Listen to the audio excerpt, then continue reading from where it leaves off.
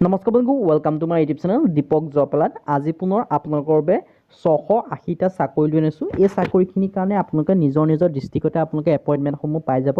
এইটো আপোনালোকৰ গভৰ্ণমেণ্ট চাকৰি হয়, মানে কেইবাখনো ডিষ্ট্ৰিক্টৰ পৰা প্ৰায় 10-15খন ডিষ্ট্ৰিক্টৰ পৰা আপোনালোকৰ চাকৰিখিনি ওলাই আহিছে। কোনটো ডিষ্ট্ৰিক্টৰ পৰা কি চাকৰি লৈছে সকলোখিনি কথা এই ভিডিঅ'ৰ যোগে আলোচনা কৰা হ'ব।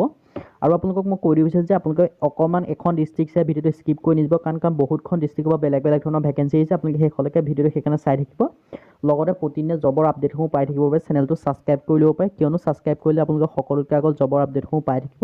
লগতে ভিডিঅ'টো অলপ বন্ধু বান্ধৱীৰ মাজত শ্বেয়াৰ কৰি দিয়ক, যাতে সকলো বন্ধু বান্ধৱীয়ে জবৰ আপডেটসমূহ পাই থাকে। আৰু আপোনালোকক কৈছোঁ, যদি আপোনালোকে ভিডিঅ'টো ভাল পায় ভিডিঅ'টো লাইক এটা কৰি দিব, লগতে আপোনালোকৰ চেনেলটো ছাবস্ক্ৰাইব কৰি দিব। আহক আজি আমাৰ ভিডিঅ'টো আৰম্ভ কৰোঁ। পোনপ্ৰথমে আপোনালোকক ক'ব বিচাৰিছোঁ যে প্ৰথম আপোনালোকৰ যিটো ভেকেঞ্চি আহিছে এইটো কোনটো ডিষ্ট্ৰিক্টৰ পৰা আহিছে মই সেই কথাও আপোনালোকক জনাই দিম। আপোনালোকে ভিডিঅ'টো চাই থাকক। প্ৰথম যিটো ভেকেঞ্চি আছে এইটো আহিছে DC বৰপেটাৰ পৰা আহিছে।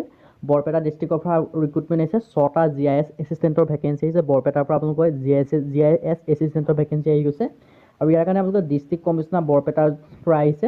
আৰু লগতে ৰেচপেক্টেড ৰেভিনিউ চাৰ্কুল অফিচৰ পৰা ওলাইছে। আৰু ইয়াত দিয়া আছে ডিউৰেশ্যন অফ এংগেজমেণ্ট আপোনালোকৰ দিয়া আছে subject of examination by gov. আৰু ইয়াত আপোনালোকৰ দৰমহাও এটা ভালে সংখ্যক দিয়া হ'ব। দৰমহা আপোনালোকৰ 25,000 টকাকৈ পাৰ মান্থ আপোনালোকে দিয়া হ'ব। আৰু লগতে ইলিজিবিলিটি ক্ৰাইটেৰিয়াসমূহ ইয়াত দিয়া আছে। বয়সৰ সময়সীমা আপোনালোকক দিয়া আছে 21 পৰা 45 বছৰৰ ভিতৰত আপোনালোকে হ'ব লাগিব। আৰু এইটো আপোনালোকৰ ৰেভিনিউ চাৰ্কুল আণ্ডাৰত আপোনালোকে ভেকেঞ্চিটো মানে আপোনালোকে এপইণ্টমেণ্টসমূহ পাব। যদি আপোনালোকে DC মানে আপোনালোকে বৰপেটা ডিষ্ট্ৰিক্টৰ হয় তেতিয়া আপোনালোকৰ এটা ভাল সুযোগ হ'ব। যদি অসমৰ বেলেগ ডিষ্ট্ৰিক্ট হয় তেতিয়াও আবেদন কৰিব পাৰিব, কিন্তু যদি আপোনালোকৰ বৰপেটাৰ হয় তেতিয়া আপোনালোকে এটা ভাল সুযোগ বুলি ক'ব পাৰে, কাৰণ নিজৰ ডিষ্ট্ৰিক্টত আপোনালোকে চাকৰিসমূহ কৰিব পাৰিব। আৰু বাকী ডিষ্ট্ৰিক্টসমূহ ভেকেঞ্চি আছে, আপোনালোকে সেইকাৰণে ভিডিঅ'টো শেষলৈকে চাই থাকিব। এই যিটো আপোনালোকৰ বৰপেটা ডিষ্ট্ৰিক্টৰ ভেকেঞ্চিটো ওলাই আহিছে তাৰ আপোনালোকৰ কোৱালিফিকেশ্যনসমূহ কি লাগিব মই সেই কথা আপোনালোকক জনাই দিছোঁ। ইয়াত দিছে যে ডকুমেণ্টছ নিডেড ইন ইণ্টাৰভিউ। আপোনালোকৰ ইয়াত কোনো এপ্লাই নহয়, ডাইৰেক্ট আপোনালোকৰ ইণ্টাৰভিউ হ'ব। ইণ্টাৰভিউত আপোনালোকৰ লাগিব ফটো আইডেণ্টি আৰু এড্ৰেছ প্ৰুফ লাগিব। লগতে লাগিব অৰিজিনেল এডুকেশ্যন চাৰ্টিফিকেট লাগিব। লগতে SSLC মেট্ৰিকৰ ভেৰিফিকেশ্যন, যদি মেট্ৰিকৰ চাৰ্টিফিকেট যদি আছে মেট্ৰিকৰ চাৰ্টিফিকেট দিব লাগিব। ৱৰ্ক এক্সপিৰিয়েঞ্চ চাৰ্টিফিকেট, যদি আপোনালোকৰ ৱৰ্ক এক্সপিৰিয়েঞ্চ কিবা কৰা অভিজ্ঞতা আছে তেতিয়া আপোনালোকে চাৰ্টিফিকেটসমূহ দিব পাৰে। বা আপোনালোকে মেট্ৰিকৰ চাৰ্টিফিকেট লগাটো আপোনালোকৰ কম্পালচৰি হয়, মেট্ৰিকৰ আপোনালোকৰ চাৰ্টিফিকেট লাগিব। ফটোকপি অল চাৰ্টিফিকেট, যদি আপোনালোকে আৰু কিবা পঢ়িছে সেইসমূহৰ চাৰ্টিফিকেটসমূহ লাগিব, ফটোকপিবিলাক লাগিব।